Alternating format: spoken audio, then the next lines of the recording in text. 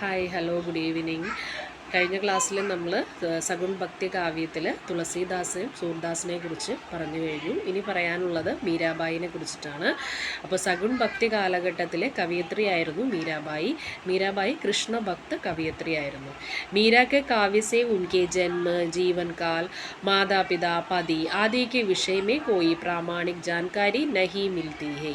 മീരാബായിയുടെ കാവ്യങ്ങളിൽ അവരുടെ ജീവിതത്തെയോ കുടുംബത്തെയോ സംബന്ധിച്ച് യാതൊരു അറിവും നമുക്ക് ലഭിച്ചിട്ടില്ല. കുച്ച് ജാൻകാരിയോ കെ അനുസാർ അത് 15-ാം നൂറ്റാണ്ടിലോ 16-ാം നൂറ്റാണ്ടിലോ ജീവിച്ചിരുന്നതായിട്ടാണ് കണക്കാക്കപ്പെടുന്നത്. ഉൻകി മാതാ മേഡ്താ മേ യാ തഥാ സസുരാൽ മേവടാക്കെ പ്രസിദ്ധ രാജവംശത്തിൽ ജനിച്ചതാണെന്നും അപ്പോൾ ഭർത്താവിൻ്റെ വീട് മേവടയിലാണെന്നും അതേപോലെ തന്നെ അമ്മയുടെ വീട് മേഡ്ത എന്നാണെന്നുമാണ് അറിയപ്പെടുന്നത്. പ്രസിദ്ധ രാജവംശത്തിൽ പെട്ടതാണ് എന്നാണ് അറിയാൻ സാധിക്കുന്നത്.